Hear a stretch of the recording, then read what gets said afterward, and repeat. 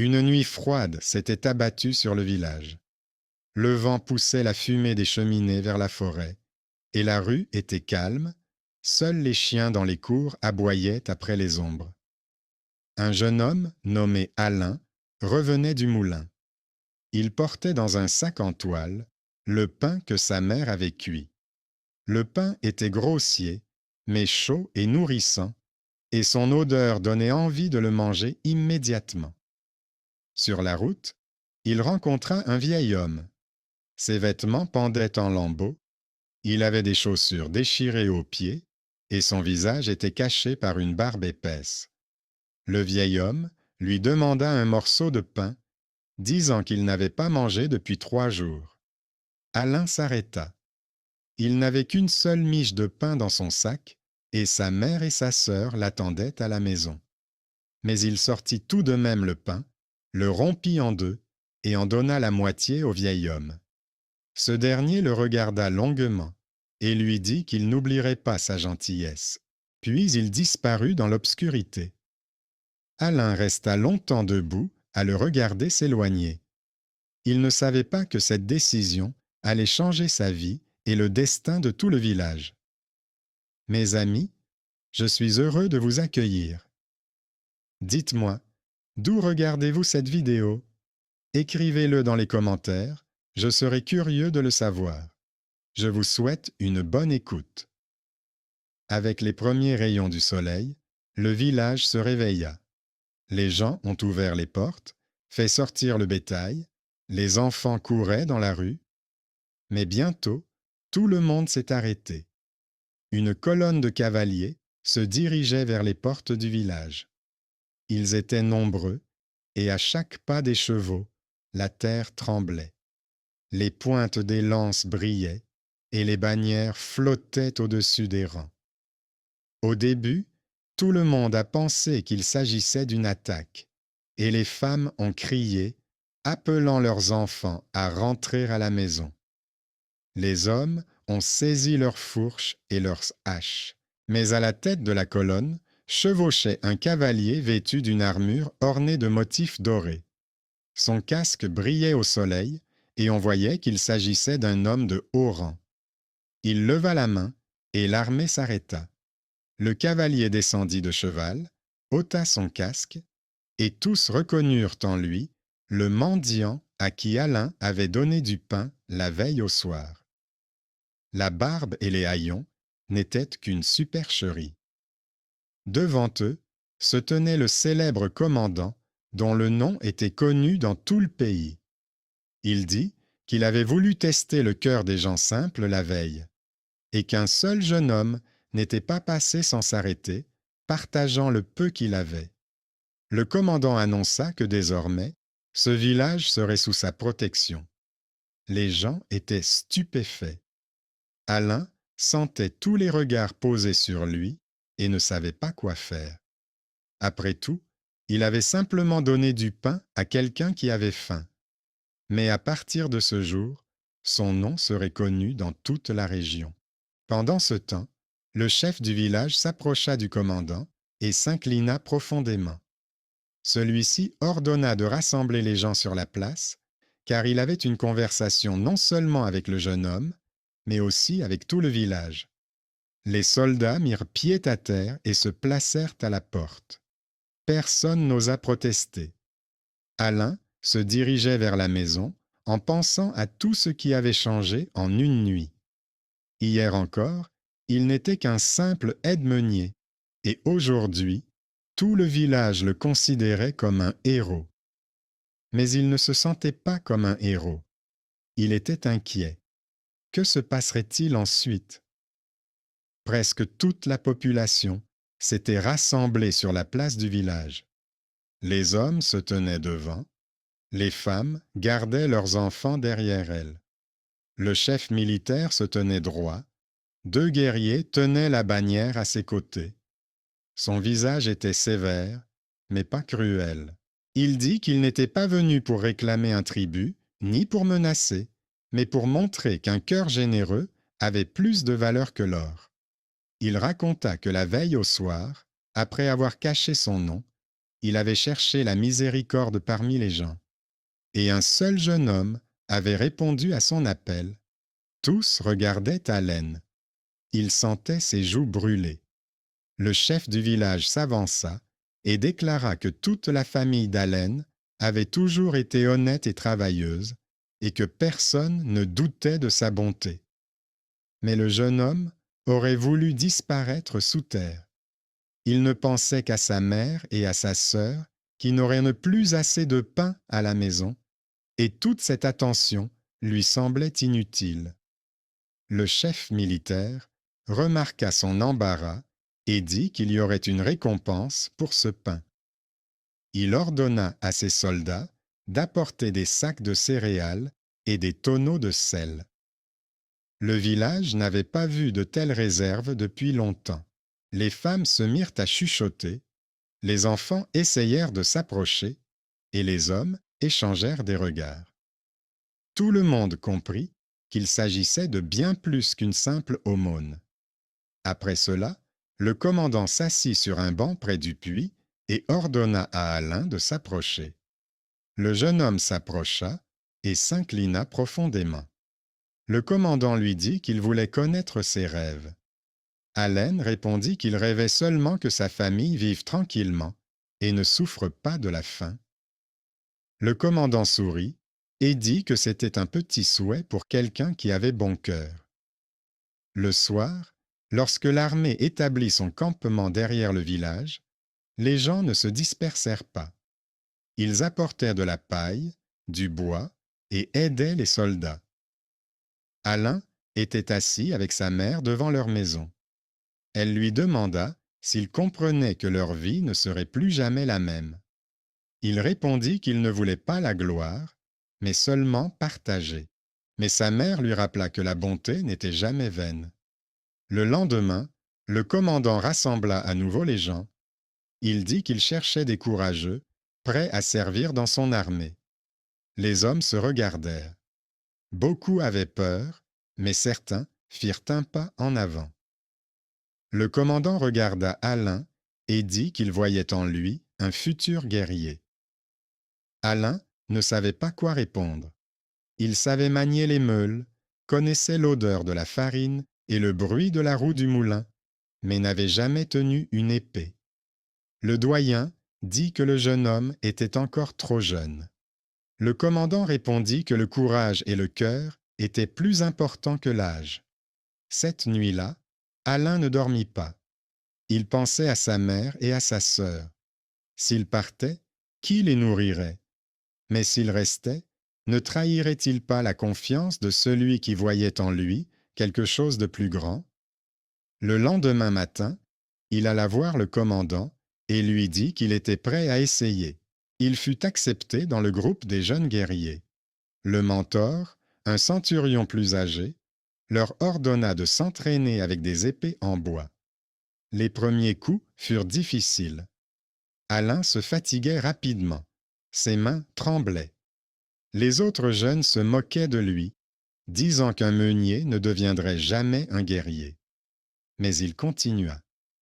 Au bout de quelques jours, il devint évident que, même s'il avait peu de force, il remarquait des choses que les autres ne voyaient pas.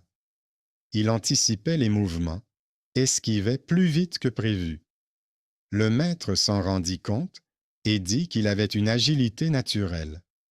Pour la première fois, Alain sentit qu'il pouvait accomplir quelque chose.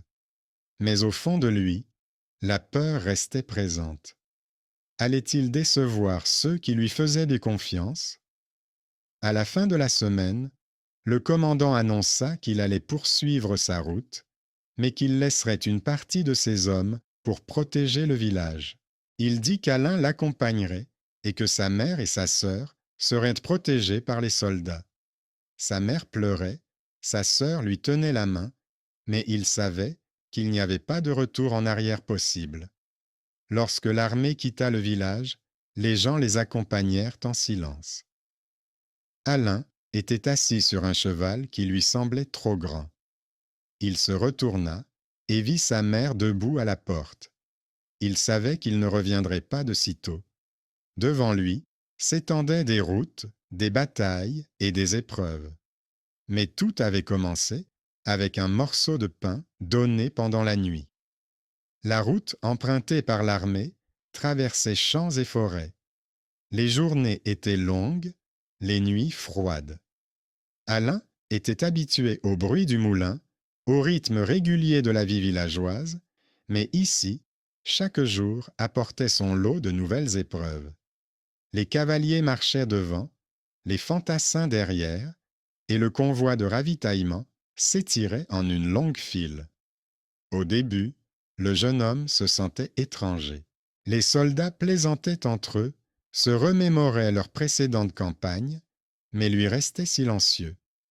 Ils le taquinaient en le traitant de garçon de village, mais il ne répondait pas. Son mentor lui avait dit que la patience était plus importante que les paroles rapides et que, au combat, un homme silencieux était souvent plus fort qu'un homme bavard. Un soir, alors que le camp était déjà installé, le commandant passait devant les feux de camp. Il remarqua Alain qui aiguisait une épée en bois avec une pierre, comme s'il croyait qu'elle allait devenir réelle. Le commandant demanda au centurion qui c'était. Celui-ci répondit que c'était le jeune homme pour lequel l'armée s'était arrêtée dans le village. Le commandant ordonna de ne pas le laisser sans surveillance. Quelques semaines plus tard, ils arrivèrent au château où le gouverneur de la région accueillit l'armée avec les honneurs. Pour Alain, c'était une nouvelle épreuve. C'était la première fois qu'il voyait de hautes tours, des murs de pierre et des chevaliers en armure brillante. Sur la place se trouvaient des citadins, des marchands et des mendiants. Tous tendaient les mains vers les soldats, leur jetaient des fleurs et leur criaient des salutations. Le soir même, un festin fut organisé au château. Les soldats reçurent de la viande et du vin, mais seuls les nobles furent assis à la table d'honneur. Alain resta parmi les soldats, mais il était curieux d'observer. Il voyait les riches parler au commandant, essayer de lui plaire.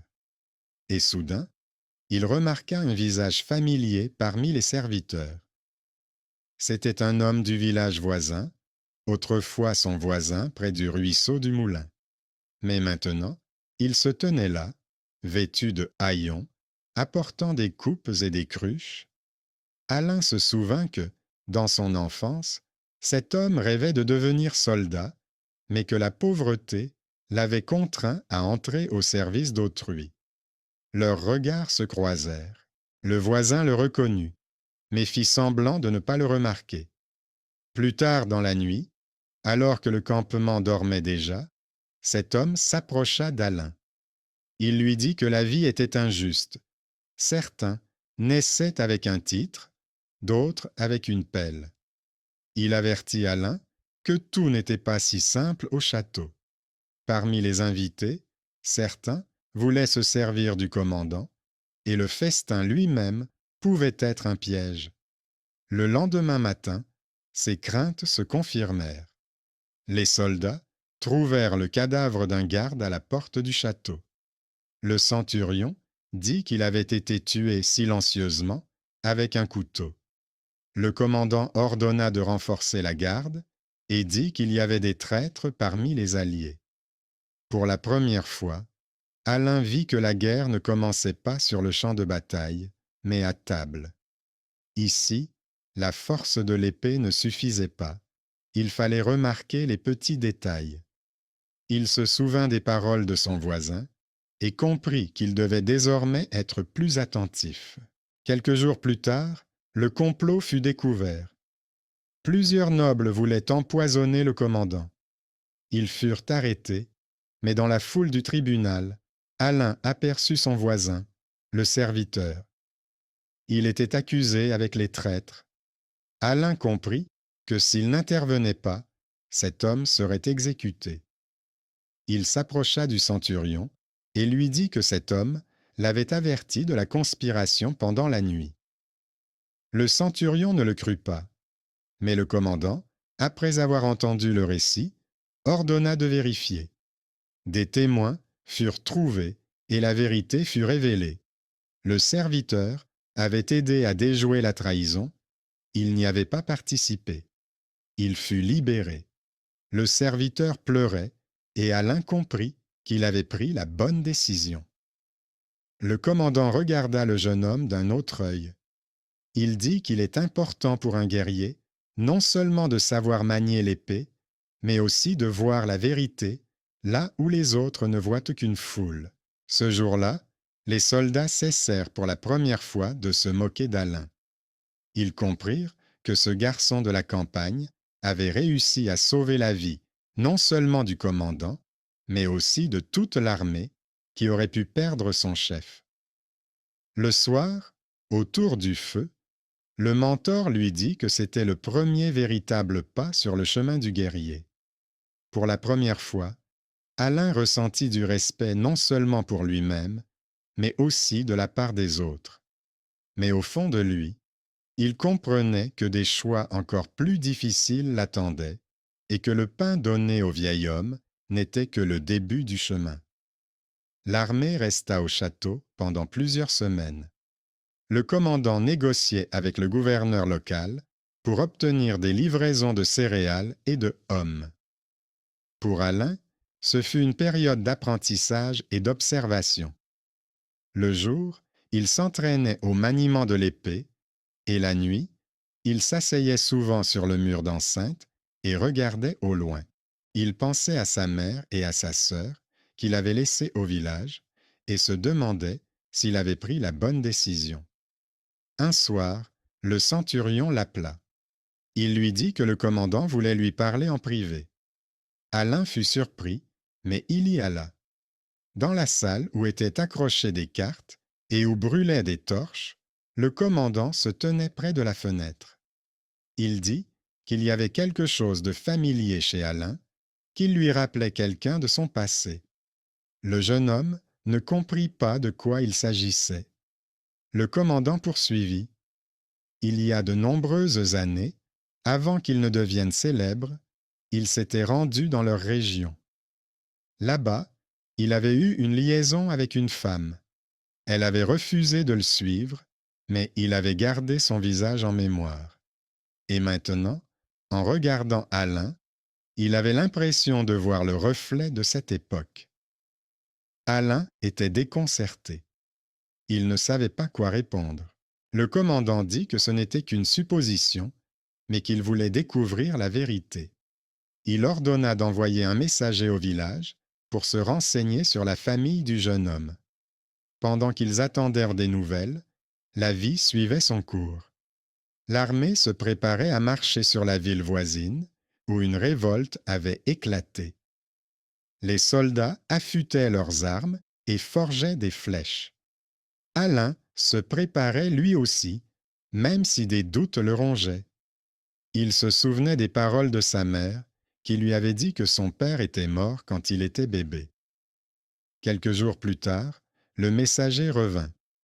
Il apporta la nouvelle. La mère d'Alain avait effectivement élevé seule ses enfants.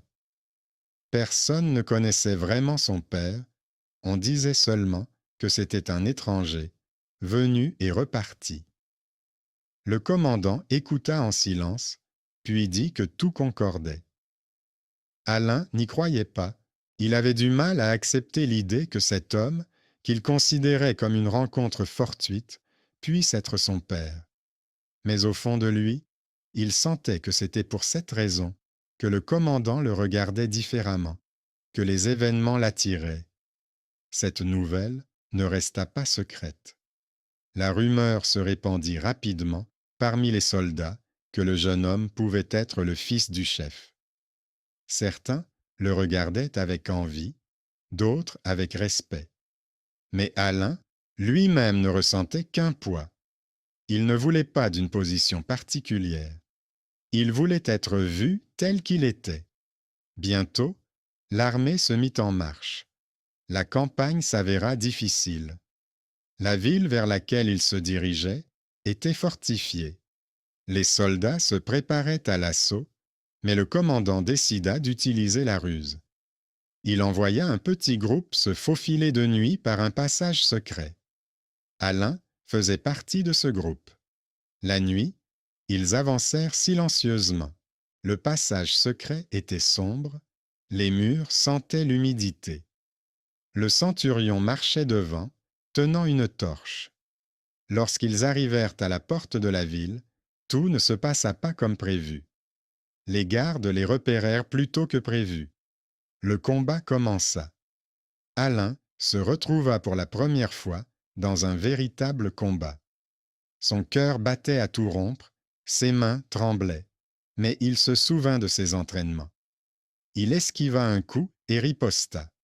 Son épée en bois avait été remplacée par une épée en acier, et à ce moment-là, il comprit qu'il n'y avait plus de retour en arrière possible. Il n'était pas le plus fort au combat, mais il s'est avéré être le plus attentif.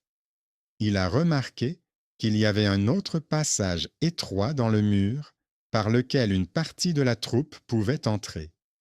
Il l'a signalé au centurion.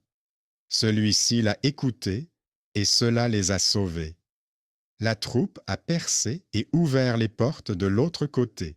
Lorsque l'armée fit irruption dans la ville, le commandant déclara que la victoire avait été rendue possible grâce au jeune homme. Même ceux qui se moquaient de lui auparavant le reconnurent. Après la bataille, le commandant appela à nouveau Allen et lui dit qu'il voyait en lui non seulement un fils, mais aussi un guerrier qui méritait le respect. Il lui dit que le sang était important, mais que les actes l'étaient encore plus. Alain est retourné au camp fatigué, mais pour la première fois, il a senti que son chemin avait un sens. Mais une inquiétude subsistait dans son cœur. S'il était vraiment le fils du commandant, cela signifiait que sa vie était liée au pouvoir et à la guerre. Or, il voulait simplement que sa famille vive en sécurité. Et pourtant, le chemin était déjà tracé. Après la victoire dans la ville, l'armée s'attarda pour rétablir l'ordre. Les habitants accueillirent les soldats sans joie. Les rues étaient de calme, les boutiques fermées, les enfants se cachaient derrière leur mère. Les gens craignaient que les vainqueurs ne se livrent au pillage et à la vengeance. Le commandant donna un ordre strict.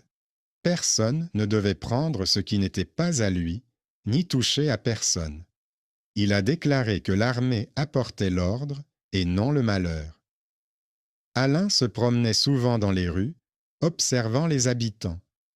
Il voyait des mendiants qui cachaient leurs mains dans leurs manches, des commerçants qui avaient peur d'ouvrir leurs boutiques et des personnes âgées assises devant les portes de leur maison, comme si elles les gardaient du regard. À ce moment-là, il comprit que la guerre détruisait non seulement les murs, mais aussi la confiance des gens. Un soir, il remarqua qu'un groupe de soldats emportait en secret des sacs de céréales de l'entrepôt.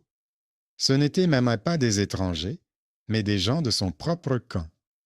Il riait et disait que personne ne le saurait. Alain comprit que s'il se taisait, les habitants mourraient de faim le lendemain. Il alla voir le centurion et lui raconta tout. Le centurion fronça les sourcils, mais vérifia ses dires. Les coupables furent conduits sur la place publique et punis devant tout le monde.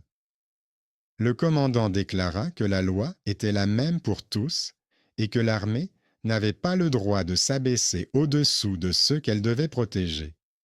Après cela, les habitants ont commencé à regarder Alain différemment. Les femmes venaient le remercier, les enfants lui tendaient les bras.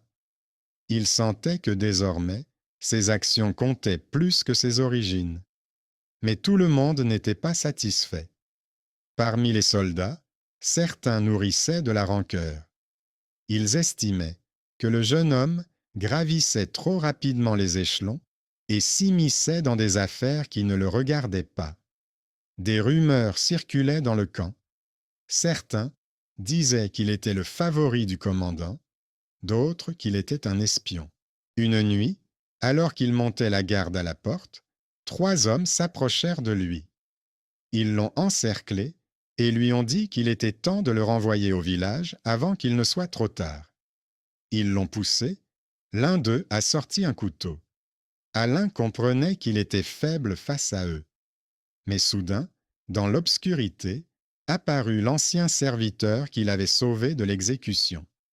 Il se jeta sur ses agresseurs, cria, et ceux-ci reculèrent. Cet incident fut décisif. Désormais, personne ne pouvait nier que le jeune homme avait des amis parmi les gens simples et parmi ceux qui étaient autrefois méprisés. Ses actions trouvaient un écho. Quelques jours plus tard, le commandant annonça qu'il fallait se préparer à une nouvelle campagne. Une coalition d'ennemis se formait dans les terres voisines et une grande bataille se préparait. L'armée se mit en route. Le chemin était difficile. Les hommes étaient fatigués, les chevaux tombaient d'épuisement. Dans les villages qu'ils traversaient, les habitants les accueillaient avec méfiance. Mais un jour, ils tombèrent sur un village où tout était détruit. Les maisons étaient vides, les champs abandonnés. Seul un garçon maigre et sale était assis près du puits.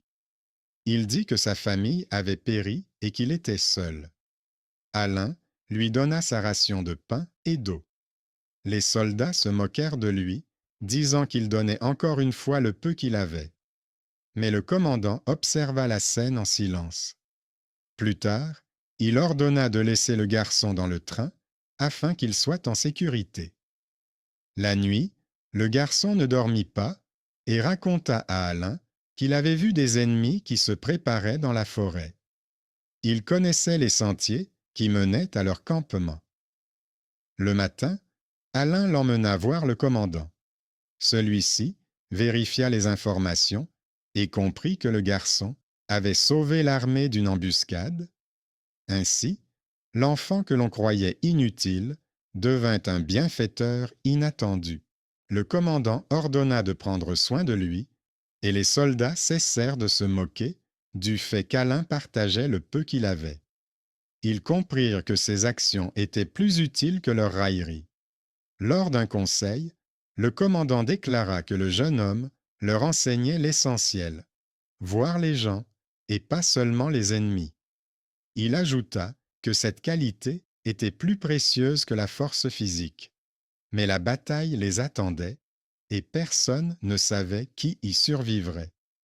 L'armée s'approcha de la vallée où les ennemis s'étaient retranchés sur les collines. Ils étaient plus nombreux et connaissaient mieux le terrain. Le commandant comprit que la bataille serait difficile. Il rassembla ses soldats et leur dit que l'issue de la bataille dépendait non seulement de la force de l'épée, mais aussi de la détermination de chacun. Le soir, des feux brûlaient le long de la rivière. Les soldats se préparaient au combat, réparaient leurs armes, affûtaient leurs lames. Alain était assis à l'écart. Il avait l'impression que son cœur allait sortir de sa poitrine. Il voyait les soldats plus âgés nettoyer calmement leurs armures, comme s'ils partaient pour une mission ordinaire. Mais pour lui, c'était la première vraie bataille, celle qui allait tout décider. Il ne dormit presque pas cette nuit-là. À l'aube, le corps retentit et l'armée se mit en formation. Le commandant leva son étendard et les troupes se mirent en marche. Tout se passait bien au début, mais lorsqu'ils entrèrent dans la vallée, les ennemis les attaquèrent avec des flèches. Les guerriers tombaient les uns après les autres. Les cris, le cliquetis du fer et les hennissements des chevaux remplissaient l'air. Alain se retrouva parmi l'infanterie. Il se protégeait avec son bouclier, tandis que les flèches frappaient les rangs. Soudain, il remarqua que les ennemis se préparaient à les contourner par la gauche à travers le bois. S'ils y parvenaient, toute l'armée se retrouverait encerclée. Il en informa le centurion, mais celui-ci lui répondit qu'il n'avait aucune preuve et qu'il ne pouvait pas changer les ordres. Alain n'en pouvait plus. Il rassembla quelques jeunes soldats et courut vers le bois. Là, ils tombèrent sur un détachement ennemi qui s'apprêtait effectivement à attaquer par l'arrière. Le combat fut violent. Les jeunes avaient du mal à tenir le coup, mais Alain remarqua que les ennemis se déplaçaient plus lentement sur le sol humide.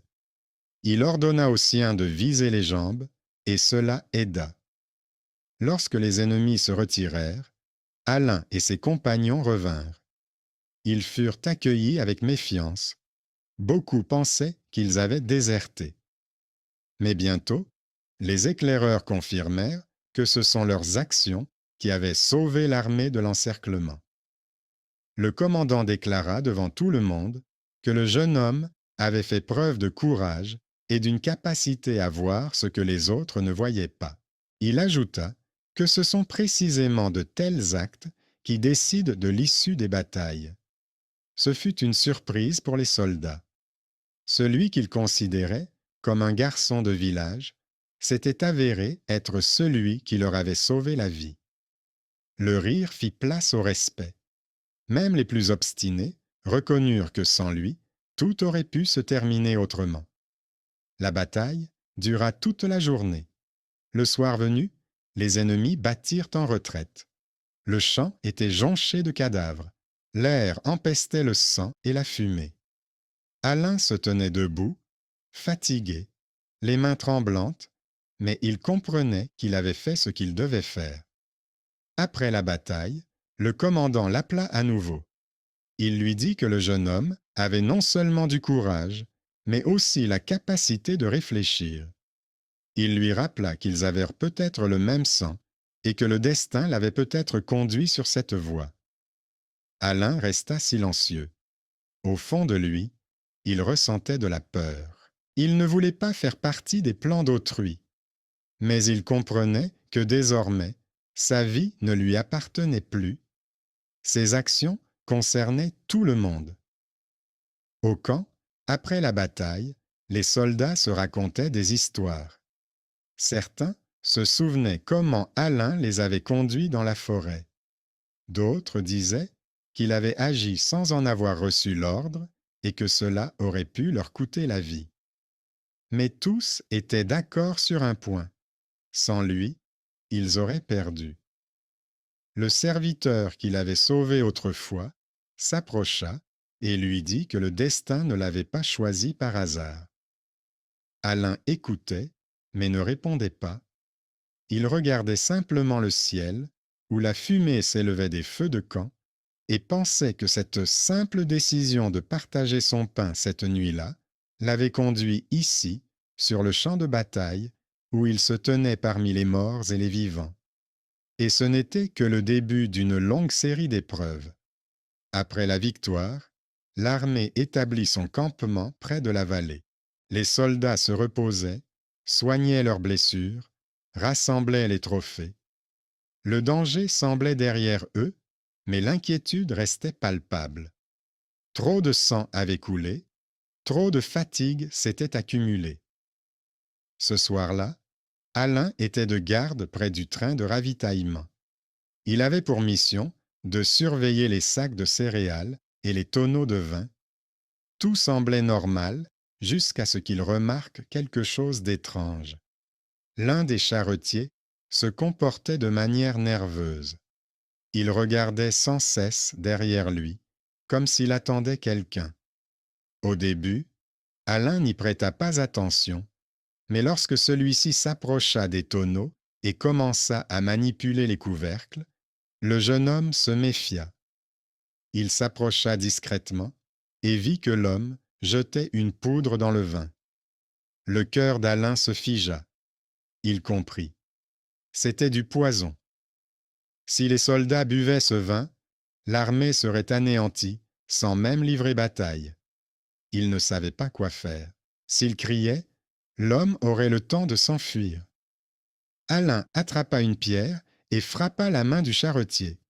Celui-ci poussa un cri, tomba, mais se jeta aussitôt sur le jeune homme avec un couteau. Une lutte s'engagea. Le couteau brilla près de son visage, mais Alain saisit la main de son adversaire et le repoussa. Le cocher se jeta à nouveau en avant, mais les gardes accoururent en entendant les cris. Ils le ligotèrent et l'emmenèrent. Lorsque le commandant fut informé de ce qui s'était passé, il ordonna de vérifier tous les tonneaux. On trouva du poison dans 3 d'entre eux. Le centurion déclara que sans le jeune homme, toute l'armée se serait retrouvée sans défense. L'interrogatoire révéla que le cocher avait été soudoyé par les ennemis. On lui avait promis de l'or s'il empoisonnait les soldats. Il avoua qu'il avait l'intention de s'enfuir pendant la nuit. La rumeur se répandit instantanément dans le camp. Les soldats disaient que la mort ne leur était pas venue sur le champ de bataille, mais directement dans leur coupe de vin. Beaucoup regardaient Alain avec gratitude. Il les avait sauvés une 2e fois. Mais le jeune homme avait un sentiment de lourdeur en lui. Il se demandait combien d'autres pièges les attendaient encore. La guerre, ce n'est pas seulement des épées et des flèches, c'est aussi la trahison, la tromperie, le poison. Et dans ce monde, on peut toujours perdre sa vigilance. Le commandant ordonna de mettre en place une double garde et dit qu'il comptait sur la vigilance d'Allen. Il ajouta que de nombreux guerriers plus âgés n'avaient dû pas remarquer le piège, mais que le jeune homme avait réussi. C'était une reconnaissance non seulement de son courage, mais aussi de son intelligence. Cette nuit-là, il resta longtemps assis près du feu à le regarder. Il lui semblait que la guerre le changeait plus rapidement que les années. Il y a peu, il n'était encore qu'un simple garçon de la campagne, et maintenant, il sauvait l'armée de la destruction. Le lendemain, le commandant organisa un conseil.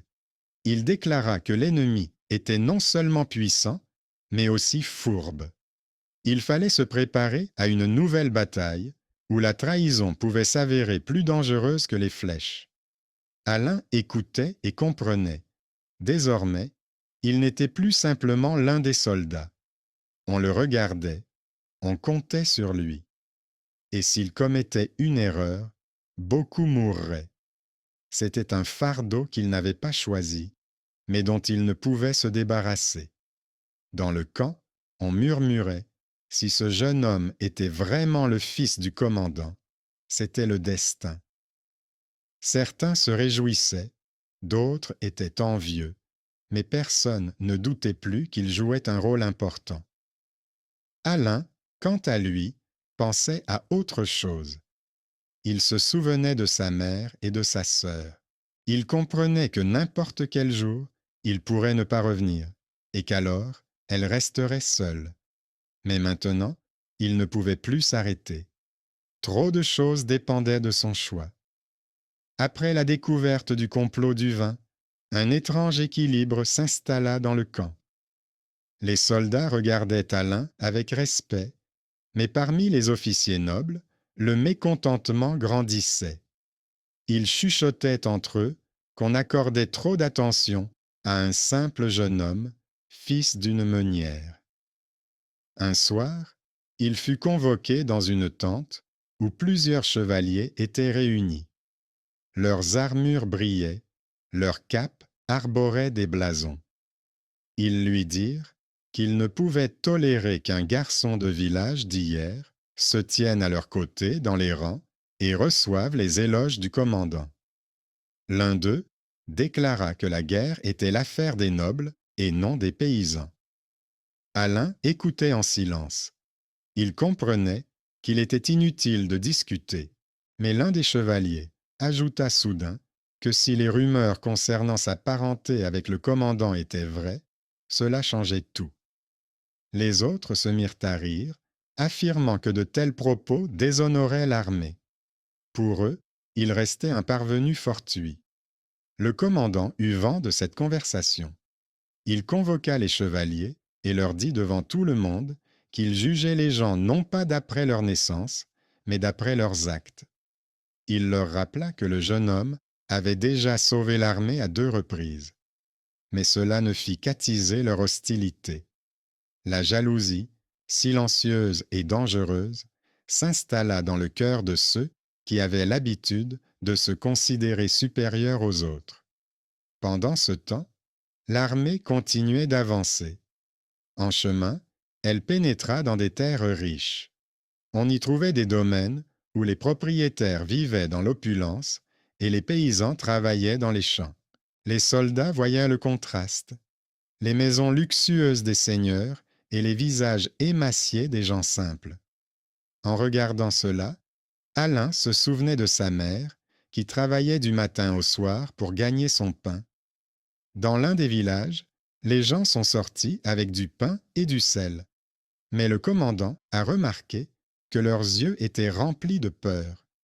Il ordonna d'en découvrir la raison. Il s'avéra que les seigneurs locaux leur imposaient des taxes si lourdes que les paysans vivaient plus mal que des mendiants. Alain entendit leurs plaintes et ne put se taire.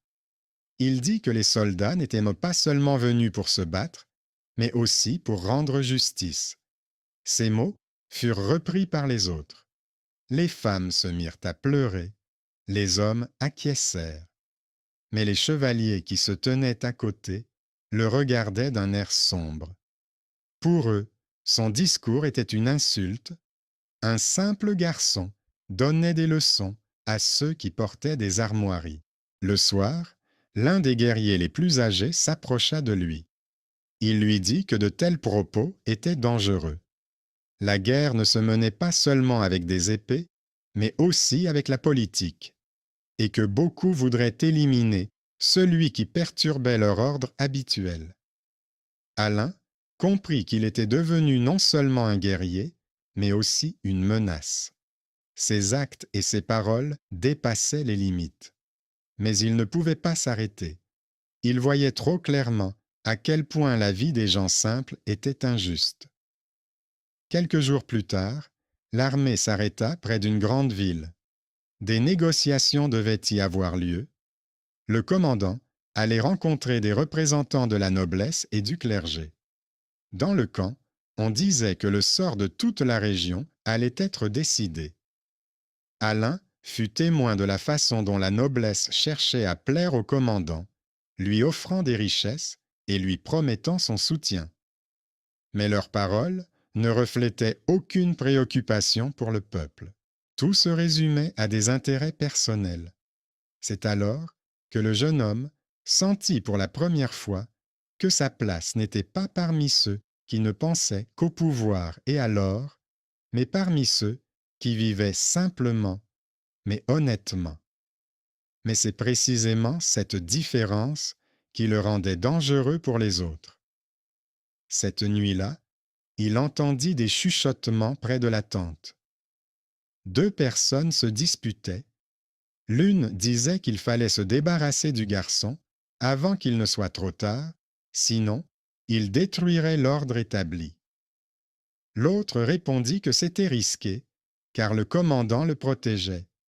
Mais le premier rétorqua que le commandant avait lui aussi des ennemis, et que le moment viendrait donc. Alain se figea en entendant ces mots.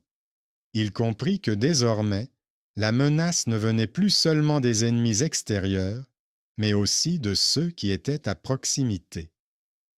À l'aube, l'alarme fut donnée dans le camp. L'un des sentinelles avait été retrouvé mort près de la rivière. Son corps indiquait qu'il n'avait pas été tué par des ennemis, il avait été frappé dans le dos. Le commandant ordonna d'enquêter, mais les soldats se regardèrent. Tous comprenaient que l'ennemi était désormais à l'intérieur. Alain sentait que la mort du garde était liée aux conversations qu'il avait entendues pendant la nuit. Il tenta d'en parler au centurion, mais celui-ci lui répondit que sans preuve, ses paroles pourraient se retourner contre lui. Dans la journée, des émissaires de la noblesse arrivèrent au camp. Ils apportèrent des cadeaux et promirent leur aide, mais Alain remarqua parmi eux des visages qu'il avait vus la nuit près de la tente. Il comprit que la conspiration était plus vaste qu'il n'y paraissait. Le soir, alors qu'il retournait au campement, il fut attaqué. Deux hommes encapuchonnés l'ont attrapé et traîné vers la forêt. Il a résisté, mais ses forces étaient d'homme faible. Tout semblait perdu, mais soudain, un sifflement retentit et des pierres se mirent à pleuvoir sur les assaillants. Des enfants et des femmes, des réfugiés récemment accueillis par l'armée, surgirent des buissons. Parmi eux se trouvait le garçon à qui Alain avait donné du pain autrefois. Ils ont crié et jeté des pierres jusqu'à ce que les soldats arrivent et capturent les meurtriers. C'était inattendu. Ceux que l'on considérait comme inutiles et superflus avaient sauvé le jeune homme. Le commandant, apprenant cela, déclara que même les plus faibles pouvaient devenir un soutien décisif au moment crucial. Les captifs furent conduits sur la place du camp. Sous la torture, ils avouèrent avoir été soudoyés par de nobles chevaliers. Le complot fut dévoilé et plusieurs guerriers renommés furent traduits en justice. Ce fut un choc pour l'armée. Les soldats comprirent que le danger ne venait pas seulement des ennemis, mais aussi de ceux qui portaient des armoiries. Le commandant déclara que l'honneur ne résidait pas dans les armoiries, mais dans les actes, et que le jeune homme, sauvé par des gens simples, l'avait prouvé mieux que n'importe quel discours. Après cela, beaucoup de choses changèrent dans le camp. Les paysans et les serviteurs, qui auparavant restaient à l'écart, ont commencé à se sentir utiles. Ils aidaient, soignaient les blessés, apportaient de l'eau. Alain voyait que son exemple et leurs actions changeaient l'ambiance dans l'armée. Mais en lui-même, l'inquiétude grandissait. Il comprenait que ses ennemis allaient désormais devenir encore plus dangereux. Chacun de ses gestes était observé. Chaque mot pouvait être utilisé contre lui. Un soir, alors qu'il était assis près du feu, le commandant s'approcha de lui. Il lui dit que le jeune homme avait désormais le choix, soit rester dans l'ombre et vivre comme un simple soldat, soit accepter son destin et devenir celui qui mènerait les hommes. Alain ne savait pas quoi répondre. Il dit seulement qu'il voulait que sa mère et sa sœur vivent en paix. Le commandant le regarda et lui dit que pour cela, il fallait parfois prendre plus de responsabilités qu'on ne le souhaitait. Cette nuit-là, le jeune homme resta longtemps éveillé. Il sentait que le moment où tout allait se décider approchait. Quelques jours plus tard, l'armée arriva aux frontières où les forces ennemies s'étaient rassemblées. Elles étaient nombreuses. Elles avaient érigé des fortifications et installé des barrages sur les routes.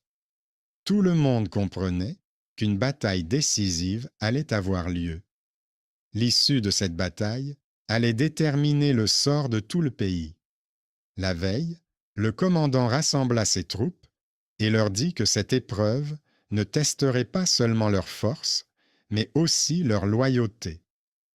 Il leur rappela que l'ennemi avait tenté à plusieurs reprises de les vaincre par la ruse et la trahison, et que chacun devait désormais prouver de quel côté il se trouvait.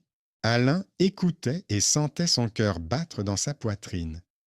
Il se souvenait de tous les événements qui l'avaient le conduit ici, le pain donné au vieil homme, le serviteur sauvé, le garçon près du puits, les complots déjoués. Tout cela n'était qu'une préparation à ce qui l'attendait. À l'aube, les troupes se mirent en formation. Le brouillard recouvrait le champ, les cors retentissaient. Les ennemis se mirent en mouvement les premiers, frappant avec leur cavalerie lourde. Les rangs vacillèrent, la terre trembla sous les sabots. Alain se tenait dans l'infanterie. Il tenait un bouclier et une lance, et lorsque les cavaliers se précipitèrent, il s'appuya avec les autres pour retenir le coup. Les cris et le bruit des armes se confondaient. À plusieurs reprises, il crut qu'il allait mourir, mais il se souvint des paroles de son mentor. La patience et l'attention sauvent. Au plus fort de la bataille, les ennemis lancèrent une escouade de contournement pour attaquer par l'arrière. Le commandant s'en aperçut trop tard. Alors, Alain rassembla un petit groupe de volontaires et courut à leur rencontre. Ils étaient peu nombreux, mais ils comprenaient que s'ils ne retenaient pas les ennemis, toute l'armée se retrouverait encerclée. Le combat était féroce. Les jeunes guerriers tombaient les uns après les autres, mais Alain tenait bon. Il voyait que les ennemis perdaient leur organisation sur le terrain accidenté. Il cria à ses hommes d'utiliser le relief, et cela fonctionna. Le groupe d'ennemis ralentit, et l'armée eut le temps de se regrouper. Le commandant mena l'attaque principale et perça le centre des ennemis. La bataille dura jusqu'au coucher du soleil, mais le soir venu, les ennemis battirent en retraite. Le champ resta aux mains de l'armée. Après la bataille, le camp était calme. Les soldats pansaient leurs blessures et enterraient les morts. Le commandant rassembla ses hommes et leur dit que la victoire avait été rendue possible grâce au courage de ceux qui avaient été sous-estimés. Il désigna Allen et dit que ses actions avaient sauvé non seulement le détachement, mais aussi toute l'armée. Les nobles chevaliers restèrent silencieux. Même eux comprenaient désormais que les armoiries et les titres ne signifiaient rien face à la réalité. Le commandant annonça qu'il reconnaissait Alain comme son fils, mais il ajouta que cette reconnaissance ne lui donnait aucun pouvoir. Sa force résidait dans ses actes, et seuls ces actes détermineraient qui il serait. Alain écoutait et ressentait un étrange soulagement. Il n'avait plus peur de sa filiation. Il comprit que peu importait de qui il était le fils, ce qui importait, c'était ce qu'il avait accompli lui-même. Le garçon qu'il avait autrefois recueilli s'approcha de lui. Il lui dit qu'il rêvait de devenir comme lui. À ce moment-là, le jeune homme comprit que son chemin n'était pas terminé. Le bien qu'il avait fait continuait à vivre dans les autres. Dans le camp, on parla longtemps de la façon dont un simple garçon avait changé le cours des événements. Certains dirent que c'était un miracle. Mais Alain savait que tout avait commencé lorsqu'il avait simplement partagé son pain avec un affamé. Le lendemain, l'armée poursuivit sa route. Mais dans le cœur des gens, une certitude s'était installée. Tant qu'il y aurait des gens comme lui, ils auraient de l'espoir. Alain, quant à lui, pensait à sa mère et à sa sœur. Il rêvait de les retrouver, mais il comprenait que sa vie était désormais liée à la route et au combat. Et pourtant, il croyait qu'un jour, il pourrait rentrer chez lui, non pas simplement comme le fils d'un meunier, mais comme un homme qui avait fait ce qu'il devait faire. C'est ainsi que s'acheva le premier grand voyage d'un jeune homme que tout le monde sous-estimait, sauf un vieil homme en haillons. Celui qui s'était révélé être un commandant et un père. Et la justice triompha. Le bien accompli dans le silence de la nuit revint multiplié et changea le destin de toute une région.